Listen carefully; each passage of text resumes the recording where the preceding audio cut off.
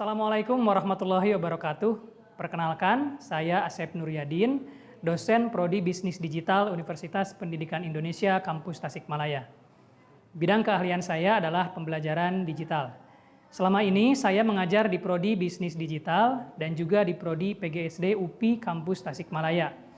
Saya mengajar sejumlah mata kuliah seperti pembelajaran digital, pengembangan media pembelajaran digital, dan pendidikan digital.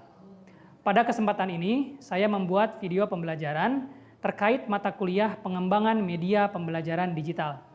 Mata kuliah ini merupakan mata kuliah keahlian pilihan program studi PGSD yang dapat diambil oleh mahasiswa semester 7 yang mengambil paket 2, yaitu Pengembang Teknologi Pendidikan Digital.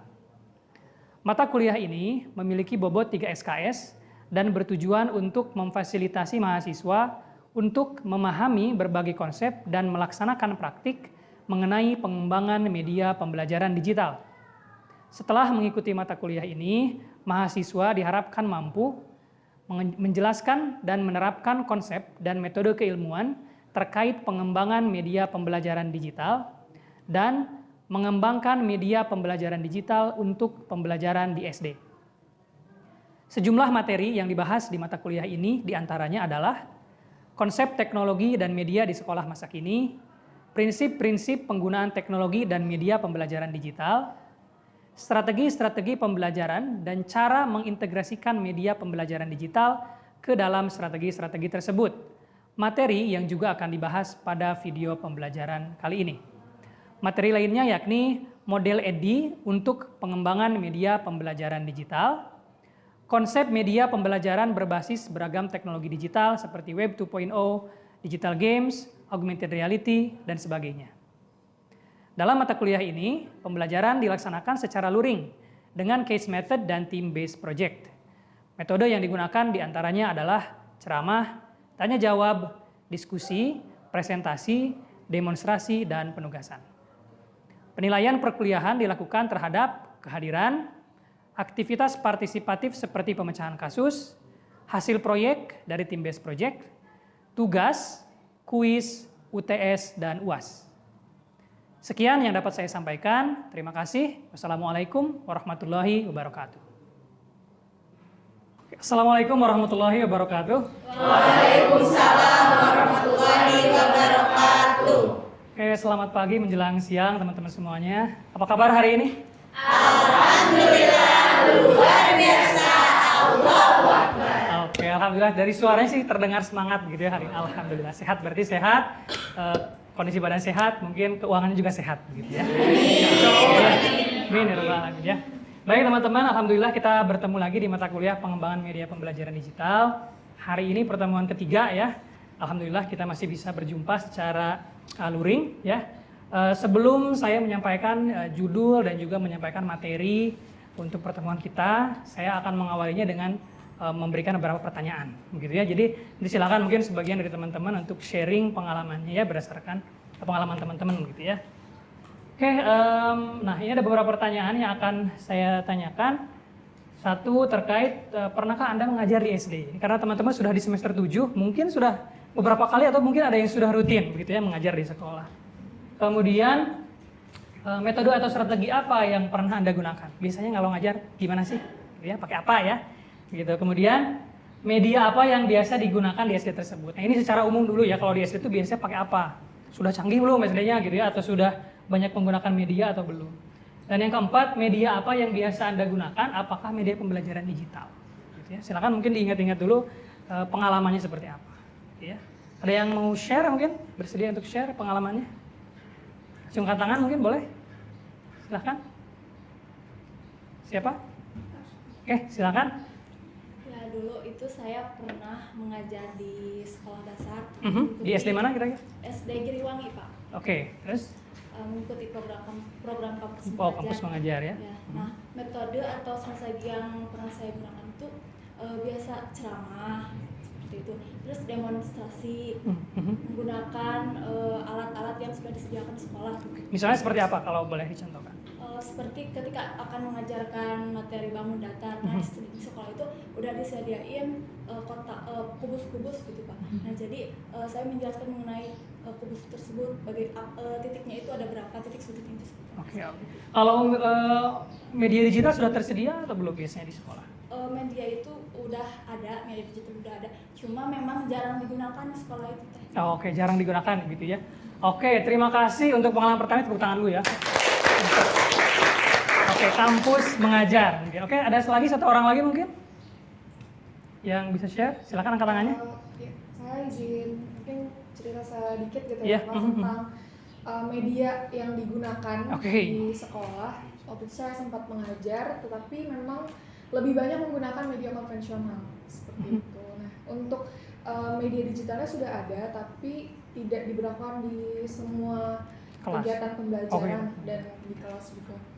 Untuk media digital yang digunakan itu berkaitan dengan matematika Pak. Ada namanya Matigon Tangram, yang mana itu anak menggunakan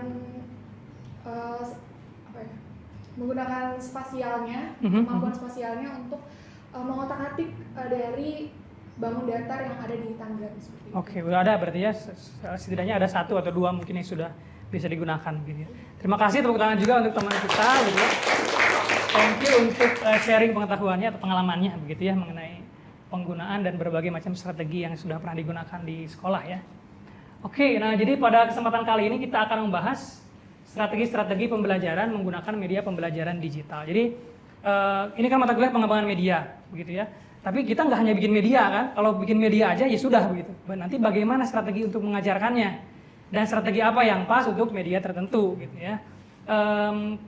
Nah nanti kita akan belajar dan juga nanti kita akan membahas beberapa kasus. Nanti teman-teman diminta untuk memilih strategi apa yang pas dan media apa yang pas. Kira-kira begitu ya. Oke, kita lanjut dulu. Nah ini di pertemuan ketiga, ini capaian pembelajaran mata kuliahnya bisa dilihat ya. Kemudian juga ini khususnya indikatornya, 1 bisa mampu merancang pembelajaran berdasarkan salah satu strategi pembelajaran dan mengintegrasikan media pembelajaran digital ke dalamnya. Jadi nanti bikin langkah-langkah pembelajaran sederhana begitu. Tidak harus membuat RPP jadi ya, itu kan banyak begitu ya. Kemudian mahasiswa mampu menjelaskan rancangan mereka, nanti jelaskan di depan, dipertanggungjawabkan alasannya apa. Ya, oke, itu ya. Kita lanjut ke 10 strategi atau metode pembelajaran yang umum digunakan di kelas. Ya. Yang paling populer apa? Ceramah atau presentasi gitu ya. Kita sering menyebutnya ada ceramah, ada presentasi lah kira-kira gitu ya. Kemudian demonstrasi, tadi juga sempat disebut ya. Kemudian juga drill and practice. Nah, ini pengulangan-pengulahan. Kalau zaman dulu itu seperti hafalan perkalian gitu ya. 2 kali 2 gitu ya. Kalau dulu saya gitu ya. Gitu. Kemudian tutorial ya, kelompok-kelompok kecil, kemudian diskusi, nanti kita akan berdiskusi juga. Problem based learning, kita mencoba untuk memecahkan masalah-masalah ya. Kemudian cooperative learning, melatih kerjasama. Kemudian juga ada gaming, nah permainan ya. Ini juga bisa, tapi jangan sampai gamingnya kebanyakan, belajarnya nggak ada gitu. Itu kan yang nggak boleh itu ya. Kemudian simulasi, mungkin simulasi menjadi profesi tertentu atau simulasi kejadian tertentu, bencana alam misalnya begitu ya. Kemudian discovery learning atau metode penemuan gitu ya. Ini strategi yang umum. Strateginya apakah cuma 10? Enggak, banyak begitu ya. Cuma kita akan bahas beberapa saja, 10 saja. Baik, kita mulai ke presentasi ya. Nah, ini presentasi itu bertujuan menyebarkan informasi. Beda-beda ya, kalau demonstrasi nanti apa tujuannya. Kalau cooperative learning berarti apa? Melatih kerjasama supaya orang tuh ada anak yang mungkin pintar tapi nggak bisa kerjasama dengan yang lain, kita kasih cooperative learning ya supaya belajar. Tapi kalau presentasi tujuannya apa? Menyebarkan informasi. Itu sebetulnya tujuan utama. Seperti yang saya sampaikan sekarang, ya. Kemudian sumbernya banyak, bisa guru, nah bisa pembicara tamu. Kemudian ada sumber-sumber lain, ya. Bisa buku teks, situs internet, audio, video, atau bahkan siswa lainnya, mungkin pengalaman dia. Kemudian, nah ini ada interaktif. Ada interaksi. Bedanya ceramah dengan presentasi sepertinya ada di interaksinya. Nah, kelebihannya ada beberapa ya. Nah, 1 cukup mempresentasikan sekali. Nah, sekarang kan bisa direkam ya. Direkam, kemudian nanti bisa ditonton berulang-ulang. Ya, berulang kali. Siswa dapat menggunakan berbagai strategi untuk mencatat. Banyak strategi, mau catatnya gimana silakan, mau di kertas, mau di laptop ya. Kemudian sumber daya teknologi dan media dapat berfungsi sebagai sumber yang berkualitas untuk informasi terkini. Sekarang presentasi enak, ya sumbernya banyak dari Google. Selama sumbernya dapat dipertanggungjawabkan, gitu ya. Kemudian siswa dapat mempresentasikan informasi yang telah dipelajarinya kepada seluruh kelas atau kelompok kecil. Seperti nanti hasil kerja kelompok dipresentasikan ke seluruh kelas, gitu ya. Kemudian kekurangannya, nah kekurangannya, ada yang tahu mungkin sebutkan kekurangan barangkali? Kekurangan presentasi apa sih? Kalau untuk di SD mungkin khususnya, oke? Izin jawab Pak. Saya yang kekurangan dari presentasi itu siswa cenderung tidak bisa diam, terutama kelas rendah. Karena kan presentasi ini monotonnya gitu Pak, terkesan hanya menyimak gitu ya. Terutama karakteristik kelas rendah itu kan tidak bisa duduk lama. Nah mungkin jika presentasi dilakukan di kelas rendah, siswa tidak bisa diam. Oke, betul ya. Oke, tidak bisa diam gitu ya. Oke, pengalaman seperti yang mungkin ya. Oke, baik. Ada beberapa ya. Satu, pemahaman juga menyulitkan memang kalau presentasi, apalagi kalau presentasinya kurang medianya mungkin itu agak sulit. Harus dilengkapi dengan video ya. Kemudian membosankan kadang-kadang kalau hanya mendengarkan gitu ya. Kalau tidak ada tanya jawab dan kesulitan dalam mencatat. Kadang-kadang kalau kita presentasi nih, ada presentasi, kita nulisnya tuh ya kadang random ya, ini bagus dulu, nggak ada polanya gitu ya, mana poin utama, mana poin tambahan, kadang-kadang kita hanya menulis berdasarkan yang kita dengar. Dan ini yang terakhir, betul tadi disebutkan juga ya, kalau di SD, anak kelas 1, 2, 3, mendengarkan presentasi 40 menit, mungkin dalam beberapa menit awal juga sudah berputar gitu ya, mungkin berlari, berkeliling lah begitu ya kira-kira. Nah ini jadi kekurangan, ada kelebihan, ada kekurangan, nanti timbang-timbang mana yang pas ya. Oke, nah integrasi medianya. Nah ini yang sepertinya sering terpikir ya, mana yang lebih sering digunakan, PowerPoint atau Prezi kalau teman-teman? PowerPoint. Atau apa, Canva mungkin sekarang? Canva ya, lebih banyak pilihan ya, asetnya ya, lebih banyak. Oke. Kemudian menggunakan live polls ya. Oke, demonstrasi. Nah ini ya. Nah ini saya sengaja supaya mengena kalau demonstrasi itu yang mana, karena ada dua ya kalau kita dengar demonstrasi itu, demonstrasi demo begitu ya, yang di jalanan gitu ya, atau demonstrasi dalam pembelajaran. Nah yang dimaksud demonstrasi itu bukan demonstrasi di jalanan, tapi demonstrasi dalam pembelajaran, menunjukkan sesuatu ya, cara. Nah ini selama demonstrasi peserta didik melihat peragaan keterampilan atau prosedur. Bisa peragaan keterampilan, misalnya silat begitu ya, begini jurusnya seperti apa gitu ya.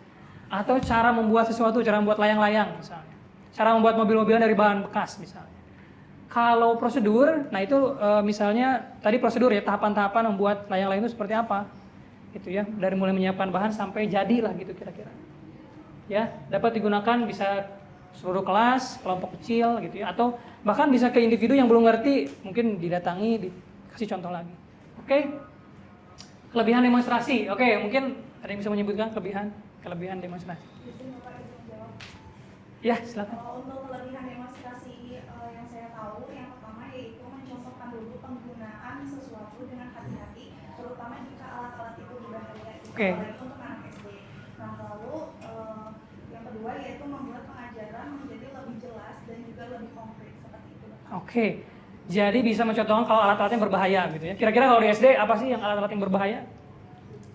Pisau gitu ya. Mau bikin mobil-mobilan dari apa? Kardus atau mungkin aqua, botol aqua misalnya gitu ya. Pisaunya hati-hati ya, gitu. Itu kan kekurangannya. Ada yang bisa menyebutkan kekurangan mungkin? Saya Pak Edi. Ya.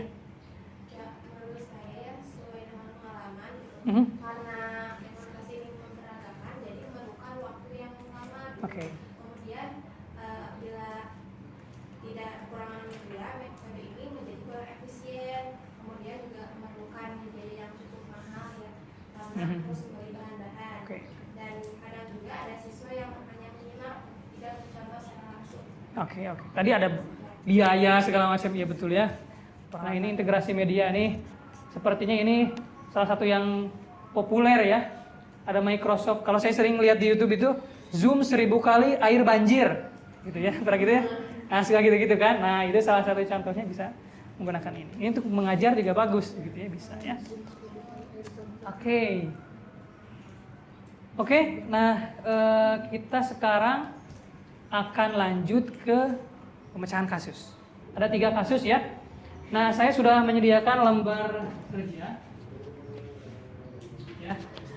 Ini per kelompok ya, teman-teman nanti bisa di sini ditulis nama kelompok, kemudian anggota kelompok. Saya sudah tuliskan kasusnya. Saya sudah tuliskan mata pelajarannya. Ini misalnya IPS kelas 5 dan kompetensi dasarnya. Ini berdasarkan kurikulum 2013 ya, masih belum yang merdeka. Kemudian nanti silakan tuliskan strategi apa yang dipilih dan medianya. Kemudian jelaskan alasannya. Termasuk juga tuliskan kelebihan dan kekurangannya apa. Jadi di sini ada dituliskan ya di bagian belakang. Kelebihan medianya apa? Kalau pakai itu apa sih kelebihannya? Oke, ada pertanyaan dulu atau sudah cukup jelas? Jelas? Jelas ya. Oke, silakan untuk karena kita ruangannya seperti ini, silakan mungkin untuk duduk diatur berdasarkan kelompoknya. Karena kita sudah bagi kelompok kan di pertemuan kemarin ya. Silakan untuk duduk per kelompok. Ini untuk kelompok 1 ya, kasus 1. Silakan. Kemudian untuk kelompok 2 yang ini ya. Baik. Ini kasus 2, silakan.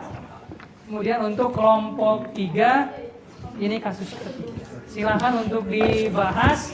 Mungkin berdiskusi ya, silakan. Selama kurang lebih 20 menit ya, diskusinya 20 menit. Silakan untuk dikerjakan dengan sebaik-baiknya. Silakan.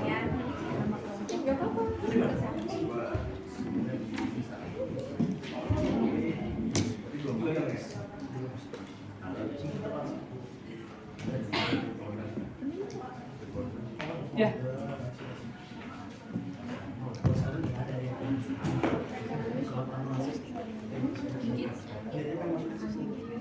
Oh iya. Oke.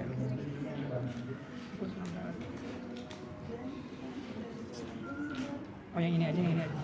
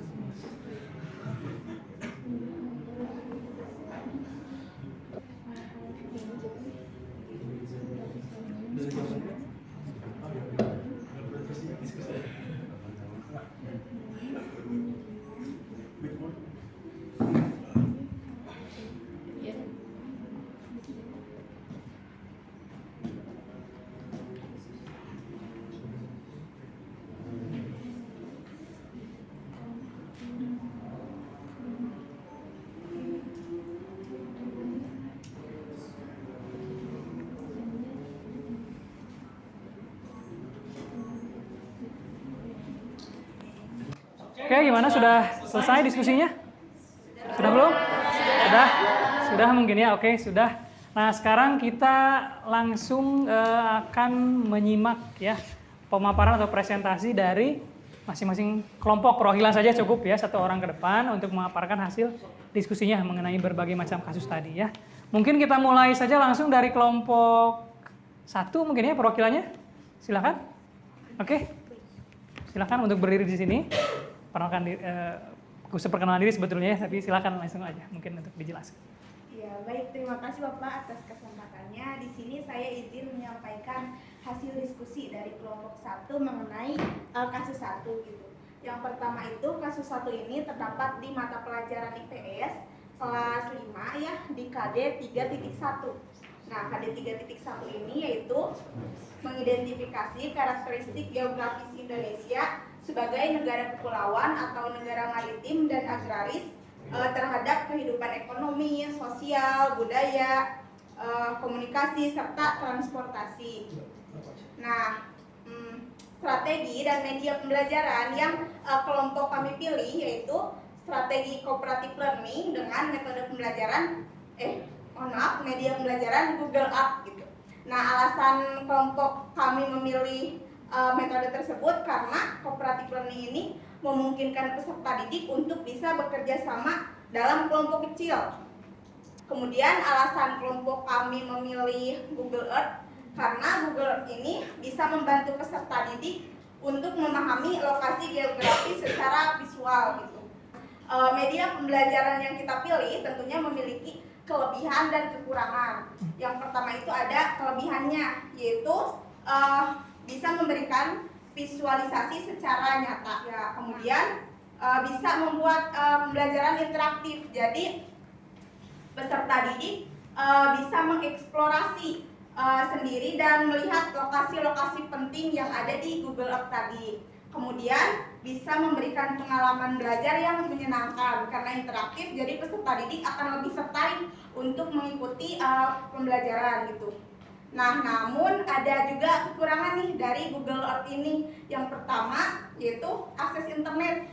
Kemudian ada keterampilan teknis. Jadi membutuhkan keterampilan teknis dalam menggunakan aplikasi ini. Sekian, terima kasih. Wassalamualaikum warahmatullahi wabarakatuh. Oke, terima kasih untuk kelompok 1 ya. Tadi cooperative learning. Memang kalau kelas 5 sepertinya sudah bisa belajar atau berdiskusi secara berkelompok ya, sudah bisa dikondisikan. Kemudian tadi sudah dibahas juga tentang Google Earth ya. Google Earth sekarang kan bisa membantu kita memahami letak atau kondisi geografis dengan lebih clear ya, lebih bagus. Kemudian juga tadi memang ada kekurangan ya, internet ya. Sepertinya ini jadi isu yang memang dari tahun ke tahun, dari masa ke masa masih belum bisa kita selesaikan. Pemerataan pendidikan menjadi salah satu isu kita ya. Oke, terima kasih untuk kelompok 1. Sekarang kita lanjut ke kelompok 2 ya. Perwakilan dari kelompok 2 silakan untuk ke depan.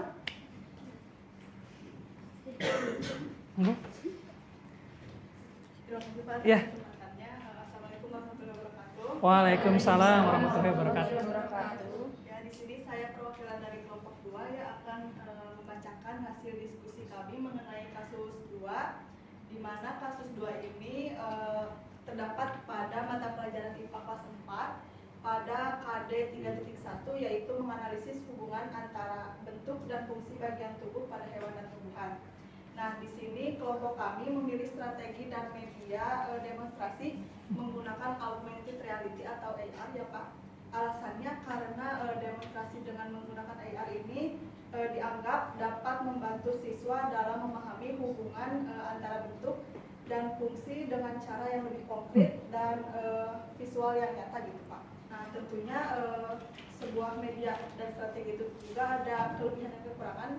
Nah, untuk kelebihannya dari AR ini yang pertama ada interaktif, yang kedua visualisasi yang jelas. Nah, jadi AR ini memungkinkan siswa dapat melihat bagian tubuh hewan dan tumbuhan dengan detail yang lebih jelas. Kekurangan atau tantangan dari demonstrasi menggunakan AR itu sendiri yaitu ada akses teknologi. Nah, karena kan AR ini tentunya harus didukung dengan teknologi yang compatible gitu. Nah, selanjutnya ada keterampilan teknis.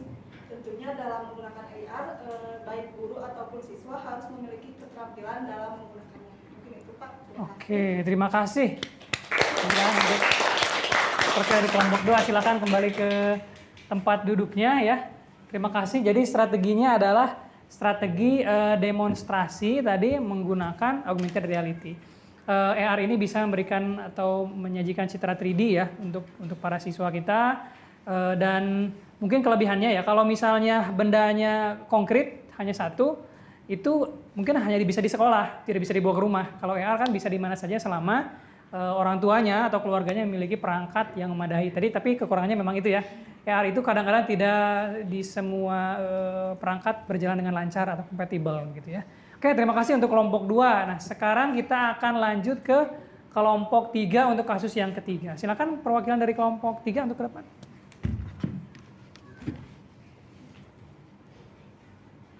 Baik, semuanya izin untuk menyampaikan hasil dari kelompok 3 dari kasus ketiga ini. Kita mengambil mata pelajaran yaitu IPS pada kelas 6 dengan strategi dan media pembelajaran yang dipilih yaitu diskusi menggunakan Google Maps dengan kompetensi dasarnya yaitu 3.1 mengidentifikasikan karakteristik geografis dan kehidupan sosial budaya, ekonomi, politik, dan wilayah ASEAN. Nah, lalu alasannya kenapa sih kita memilih diskusi dengan menggunakan Google Maps? Yang pertama yaitu diskusi memungkinkan siswa berbagi pengetahuan dan pandangan tentang karakteristik geografis serta kehidupan sosial budaya, ekonomi, dan politik di wilayah ASEAN. Peta interaktif dapat membantu siswa untuk memahami informasi secara visual dan lebih mudah diingat seperti itu. Nah, Adapun kelebihan dan manfaat media pembelajaran, yaitu manfaat atau kelebihannya dari segi visual dinamis, yaitu memungkinkan siswa menjelajahi wilayah ASEAN dengan interaktif. Lalu yang kedua dari segi pengalaman belajar aktif, yaitu siswa dapat berinteraksi langsung dari petanya gitu. Nah, untuk yang selanjutnya yaitu relevansi, yaitu menyajikan informasi geografis yang akurat dan up to date seperti itu. Dan ada juga kekurangan atau tantangan dalam media pembelajaran Google Maps, yaitu yang pertama akses teknologinya, memerlukan perangkat yang mendukung dan koneksi internet karena Google Maps diharuskan digital atau membutuhkan internet, jadi harus memadai. Lalu yang kedua yaitu keterampilan teknisnya, yaitu siswa dan guru perlu keterampilan dasar dalam menggunakan peta interaktif seperti itu. Mungkin dari kelompok 3 seperti itu. Terima kasih Bapak. Oke, tepuk tangan untuk kelompok 3 ya, perwakilan dari kelompok 3. Terima kasih untuk kelompok 3. Tadi Google Maps juga ya, wilayah ASEAN. Kalau dulu saya mengenal ASEAN ketika sekolah dari buku ya. Buku, ada buku pelajaran, di sana wilayah ASEAN itu apa saja. Tapi sekarang kita sudah langsung bisa menjelajahi dengan Google Maps ya. Bisa langsung ke kota-kotanya bisa kita lihat gitu ya. Oke, terima kasih untuk kelompok 1, kelompok 2 dan kelompok 3. Atas pemaparannya sudah bagus, teman-teman sudah bisa mempertimbangkan pemilihan strategi dan media yang tepat ya. Kelebihannya apa sudah bisa dipertimbangkan, kekurangannya apa juga gitu ya. Nah, ini mudah-mudahan jadi awal. Nanti silakan untuk dieksplor berbagai macam strategi yang lain, berbagai macam media yang lain. Nanti kita di pertemuan-pertemuan selanjutnya akan kembali mempelajari berbagai macam media. Nanti augmented reality akan dibahas, kemudian juga mungkin terkait dengan e-book ya, terkait dengan digital games dan sebagainya kita akan bahas kembali. Termasuk juga mungkin tadi ya kelebihan kekurangan dari setiap media. Teman-teman itu mungkin ya untuk pembelajaran kita kali ini. Dan sebelum saya menutup perkuliahan kita kali ini, kita ada tugas ya, karena bobot dari mata kuliah ini 3 SKS begitu ya, dengan tugas dan juga belajar mandiri yang perlu atau yang cukup ya, perlu cukup. Maka ada tugas individual dan ada tugas kelompok ya. Untuk tugas individualnya yakni membuat RPP digital 1 halaman, misalnya menggunakan Canva, berdasarkan salah satu strategi pembelajaran dan mengintegrasikan media pembelajaran digital ke dalamnya. Tadi sudah belajar secara berkelompok, sekarang bikin masing-masing. Bikin di Canva 1 halaman, tidak usah berhalaman-halaman ya. Bikin saja secara sederhana dengan tampilan visual yang menarik ya. Nanti kita sajikan di minggu depan. Kemudian untuk tugas kelompoknya ya, ini khusus untuk kelompok 1 ya.